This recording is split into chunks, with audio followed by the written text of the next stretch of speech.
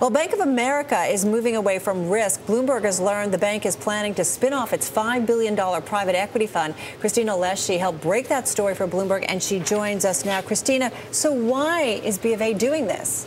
Yeah, well, the bank itself is in a little bit of a tough spot. You know that private equity takes a lot of capital. The business itself is pretty capital intensive. So the bank was was the only bank out of the 4 largest ones that was not allowed to increase their dividend. So this story is all about capital preservation. And the healthier the balance sheet is for the bank, the more likely it'll be that they will increase their dividend. So shedding activities that are risky in the sense that they're, well, in the private equity business, when I say risky, what we really mean there is it's long-term locked up capital. So it's not easy to get in and out of these trades.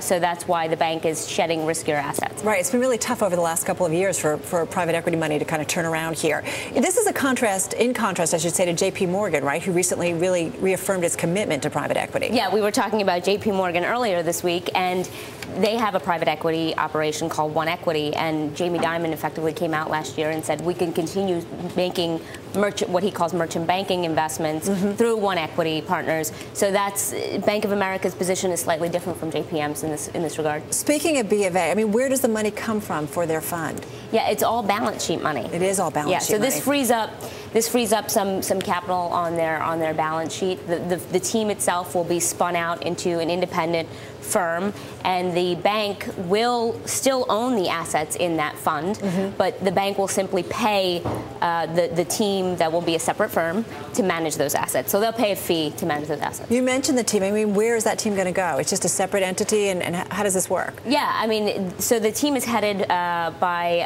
a guy named Jim Forbes, and he essentially oversees all of the investments in the buyout fund, and they will go, whether they're in the same building or a separate building, we're not sure yet, but they will essentially be their own entity, essentially with the aim of winding down the fund. Okay. So their main goal is to exit these investments at a profitable price. So whenever they see an opportunity, this could take years. This could take 5 years, 10 years. As you know, private equity is a long-term asset class. So when they see an opportunity to sell at a profit, that's when they'll do it. Bottom line, BofA getting rid of some of the risk. Got it. Cristina, thank you so much. Bloomberg's Cristina Alesci.